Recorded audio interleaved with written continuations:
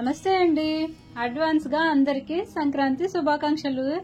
సంక్రాంతికి చేయాల్సిన ఇంటి పనులు, పొలం పనులు చేయగా ఇంకా చేయాల్సిన పనులు చాలా ఉన్నాయండి. అందులో ఇంటి గోడకి ప్లాస్టింగ్ చేయించడం, ఇంటికి ప్లాస్టింగ్ వేయడం చూపిస్తూ సోషల్ మీడియాలో పెట్టే నెగిటివ్ కామెంట్స్ గురించి ఈ వీడియోలో మీకు షేర్ చేస్తాను. వీటి గురించి ఎందుకు మాట్లాడాలి అనుకుంటున్నానంటే, నేను ఒక యూట్యూబర్ని కాబట్టి నెగిటివ్ కామెంట్స్ మాలాంటి వాళ్ళకి కామన్ కాబట్టి నాకు వచ్చిన ఓ 2 నెగిటివ్ కామెంట్స్ గురించి మీకు ఈ వీడియోలో చెప్పబోతున్నానండి. నా వాయిస్ వినగానే మీకు కొంచెం డౌట్గా ఉండొచ్చు, మాట్లాడేది సుమనేనా అని. ప్రీవియస్ వీడియోలో చెప్పాను కదండి నా హెల్త్ బాగాలేదని. అయితే హాస్పిటల్కి వెళ్ళొచ్చిన 4 days బాగానే ఉందండి. మళ్ళీ పెయిన్ రావడం స్టార్ట్ అయింది. ప్రస్తుతం ఈ వీడియో రికార్డ్ చేసేటప్పుడు కూడా నా హెల్త్ బాగాలేదు. అయినా సరే స్లోగా రికార్డ్ చేయడానికి ట్రై చేశాను. ఈ వీడియో స్టార్టింగ్ లో గీతల ముగ్గు పక్కనే స్టీల్ బిందుల్లో ఆయిల్ డబ్బాల్లో మొక్కలు ఉండడం చూసారు కదండి. వాటికి పెయింటింగ్స్ వేసేటప్పటికే ఓవైపు ఇంట్లో పనులు జరుగుతున్నాయి. ఆ టైంలో నాకు వీడియో రికార్డ్ చేసే అంత టైం లేక 2 వారాలు ముగ్గులు వీడియోలు పోస్ట్ చేశాను. ఆ తర్వాత బిందులకి పెయింటింగ్స్ వేసి ఆ వీడియో పోస్ట్ చేశాను.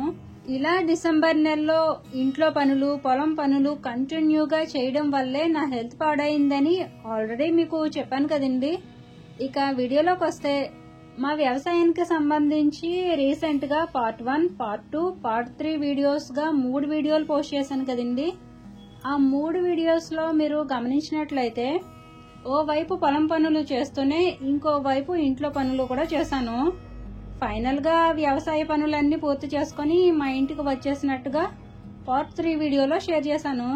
ఆ వీడియోలో మేము 70 కిలోమీటర్లు వెళ్లి వ్యవసాయం చేస్తున్నామంటే అక్కడ అమ్మ నాన్న ఉన్నందువల్ల చేస్తున్నాము, లేదంటే ఆ ఊర్లో ల్యాండ్ కూడా కొని ఉండేవాళ్ళం కాదని చెప్పాను.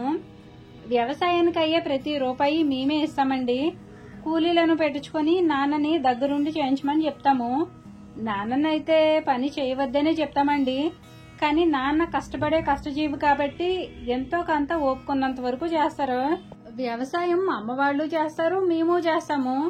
చేసేటప్పుడు మీది మాది అనే తేడా లేకుండా చేలో పనులన్నీ అందరం కలిసే చేసుకుంటామని కూడా చెప్పాను. ఆ వీడియో చాలా పాజిటివ్ గా ఒక అందమైన పల్లెటూరు వ్యవసాయ కుటుంబం యొక్క జీవన శైలితో పాటు బంధాల విలువలతో కూడిన వీడియోగా ఆదర్శవంతంగా ఉంటుంది. అయితే ఆ వీడియోలో ఒకరు కామెంట్ ఎలా పెట్టారంటే, మీ అమ్మ నాన్న మీకెంతో హెల్ప్ చేస్తున్నారు కదా, వాళ్ళు చేయకపోతే డబ్బు పెట్టి చేయించుకోవాలి, లేదంటే మీ వ్యవసాయం కాబట్టి మీ జాబ్ మానేసి మీ పనులు మీరే వచ్చి చేసుకోవాలి, ఇంకా ఉండి మిగతా పనులు కూడా చెయ్యొచ్చు కదా, వాళ్ళు పడే కష్టానికి డబ్బులు ఇవ్వడంలో తప్పు లేదన్నట్టుగా మా అమ్మ నేను సరదాగా మాట్లాడుకున్న మాటల్ని కూడా నెగిటివ్ గా చేస్తూ కామెంట్ పెట్టారండి. రామాయణంలో మనందరికీ తెలిసిన ఒక సన్నివేశం ఉంటుంది. రాముడు కైకేయికి కన్న కొడుకు కాకపోయినా భరతుడితో పాటు రాముణ్ణి కూడా కన్న కొడుకులాగే భావిస్తుంది.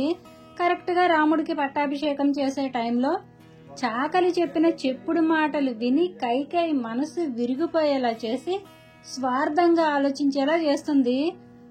కైకేయి తీసుకున్న నిర్ణయం వల్ల సుఖాంతంగా ఉండాల్సిన రామాయణం దుఃఖవంతంగా మారిపోతుంది.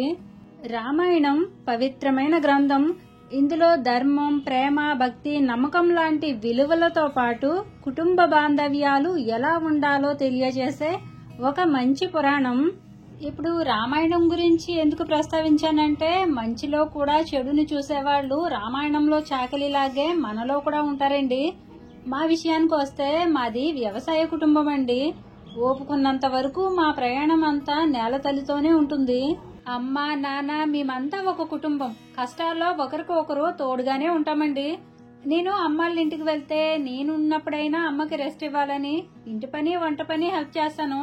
ఇక మా వారైతే మా నాన్నని మామగారిలా కాదండి కన్న తండ్రిలా చూసుకుంటారు. అమ్మ వాళ్ళకి కష్టం వచ్చినా నష్టం వచ్చినా చేదోడు వాదోడుగా ఉండేది మేమేనండి. అమ్మ వాళ్ళు నా వల్ల ఇబ్బంది పడిన క్షణం గాని సందర్భం గాని ఎప్పుడు రాలేదండి. అమ్మ వాళ్ళు నాకు ఇవ్వాల్సిన దానికంటే ఎక్కువే నేను అమ్మ వాళ్ళకి ఇచ్చానండి. దానివల్ల ఫ్యూచర్ లో అమ్మ వాళ్ళు మా మీదే ఆధారపడాల్సిన అవసరం అమ్మ వాళ్ళకి లేదండి. నాన్నకి వ్యవసాయం అంటే చాలా ఇష్టం. ఆడపిల్లల తండ్రిగా ఆర్థికంగా హెల్ప్ చేసే వాళ్ళు లేక చానాళ్ళు వ్యవసాయం చేయడం మానేశారు. మేము అమ్మాళ్ళూరులో ల్యాండ్ కొన్న తర్వాత వ్యవసాయానికి కావాల్సిన పెట్టుబడి పెడుతూ నాన్న హెల్ప్ తీసుకున్నాము.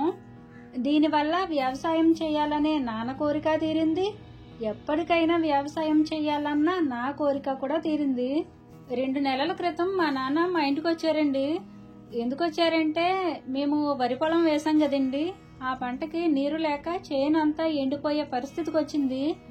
ఆ టైంలో పొలానికి నీరు పెట్టకపోతే పంట నష్టం వస్తుందని అర్జెంటుగా ఇంజిన్ కొనాలని నాన్న మా ఇంటికి వచ్చారు. అప్పుడు మా వారు వెంటనే నాన్నకి ఇంజిన్ కొనిచ్చారు. ఇంజిన్ కొని పొలానికి నీరు పెట్టడం వల్ల మా పొలంతో పాటు అమ్మ వాళ్ళ పొలం కూడా చక్కగా పండిందండి. ఒకవేళ ఆ టైంలో నీరు పెట్టకపోయి ఉంటే భారీగా పంట నష్టం వచ్చేది. నాకు అసలు నెగిటివ్ కామెంట్స్ రావండి, వచ్చినా ఎప్పుడో ఒకసారి మాత్రమే వస్తుంటాయి. వాటిని నేను అంతగా పట్టించుకోను. కానీ ఈ కామెంట్ గురించి నేను ఎందుకు మాట్లాడాల్సి వచ్చిందంటే, తను ఎలా మాట్లాడారంటే, మా అవసరం కోసమే మేము వ్యవసాయం చేస్తున్నట్టు, అమ్మ నాన్నని అర్థం చేసుకోకుండా వాళ్ళని పని వాళ్లలా చూస్తున్నట్టుగా ఊహించేసుకొని కామెంట్ పెట్టారు. సినిమా ఈడియట్ అయితే హీరో కూడా ఈడియట్ అవ్వడానికి ఇది సినిమా కాదండి, నిజ జీవితం. సినిమా స్టోరీని బట్టి ఒక్కొక్క సినిమాలో హీరో క్యారెక్టర్ ఒక్కోలా ఉంటుంది. కానీ యూట్యూబర్స్ జీవితాలు అలా ఉండవండి. మా వీడియోస్ 100 ఉంటే అందులో ఒక్క వీడియో చూసి పూర్తిగా తెలుసుకోకుండా నెగిటివ్ కామెంట్స్ పెట్టేస్తారు. 3 నెలల క్రితం నాకు ఇంకో కామెంట్ వచ్చిందండి. ఒక వీడియోలో నేను అమ్మ వాళ్ళకి తిరుమల తిరుపతి దేవస్థానం వారు ఒక ఆవు ఇచ్చారు. దానికి మొదట ఈతలో గిత్తదూడ పుట్టిందని, రెండో ఈతలో కూడా గిత్తదూడే పుట్టిందని, దూడపిల్ల పుట్టిన సందర్భంగా ఒక వీడియో తీసి పోస్ట్ చేశాను. ఆ వీడియోకి ఒకరైతే ఎంత దారుణంగా కామెంట్ పెట్టారంటే, రైతులకు నష్టం వచ్చేది మేము చేసే పాపాల వల్లటండి. ఫస్ట్ పుట్టింది గిత్తదూడని దాన్ని అమ్మేశామని రకరకాలుగా ఊహించేసుకొని కామెంట్స్ పెట్టారు. అలా 10 కామెంట్స్ వరకు నన్ను టార్గెట్ చేసి కామెంట్స్ పెట్టారు. అందులో చాలా మంది నన్ను సపోర్ట్ చేస్తూ తనని వ్యతిరేకిస్తూ కామెంట్స్ పెట్టారని కామెంట్స్ అన్ని డిలీట్ చేశారు. అందులో 2 కామెంట్స్ మాత్రం నేను స్క్రీన్ షాట్ తీసి ఉంచానండి. తర్వాత మిగతా కామెంట్స్ కోసం చూస్తే కనిపించలేదు. ఆ కామెంట్స్ చదివాక నేనైతే చాలా రోజుల వరకు ప్రశాంతంగా ఉండలేకపోయానండి. నిజమేంటో తెలుసుకోకుండా ఒకరిపై వేసే నింద ఎంత భారంగా ఎంత బాధగా ఉంటుందో ఆ 2 కామెంట్స్ వల్ల నేను ఎక్స్పీరియన్స్ చేశానండి. ఇలా నాకే కాదండి, సోషల్ మీడియాలో చాలా మంది ఫేస్ చేస్తున్న ప్రాబ్లమే. అందుకే గవర్నమెంట్ కూడా ఒక అడుగు ముందుకేసి ఫేక్ న్యూస్లు స్ప్రెడ్ చేసే వాళ్ళకి, నెగిటివ్ కామెంట్స్ పెట్టే వాళ్ళకి అవేర్నెస్ కల్పించడానికి సోషల్ మీడియాలో సెలబ్రిటీస్తో అడ్వర్టైజ్మెంట్స్ ప్లే చేస్తుంది. నెగిటివ్ కామెంట్స్, ఫేక్ న్యూస్లు ఒకరి జీవితాన్ని ఎంత ప్రభావితం చేస్తాయో ఇప్పుడు నాకు కూడా తెలిసొచ్చింది. ఓకేనండి, మంచి కోసం మాత్రమే సోషల్ మీడియాను ఉపయోగించుకోవాలని మాత్రమే ఇవాల్టి వీడియో యొక్క ముఖ్య ఉద్దేశం అండి. మరి ఈ వీడియోలో మా ఇంటికి ప్లాస్టింగ్తో పాటు నాకు వచ్చిన నెగిటివ్ కామెంట్స్ కూడా మీకు షేర్ చేశాను. మరి ఈ వీడియోపై మీ అభిప్రాయం ఏమిటో కామెంట్ చేసి, మీకు ఈ వీడియో నచ్చితే తప్పకుండా లైక్ చేయండి. మరో మంచి వీడియోతో మళ్ళీ వస్తాను. ఉంటానండి. నమస్తే.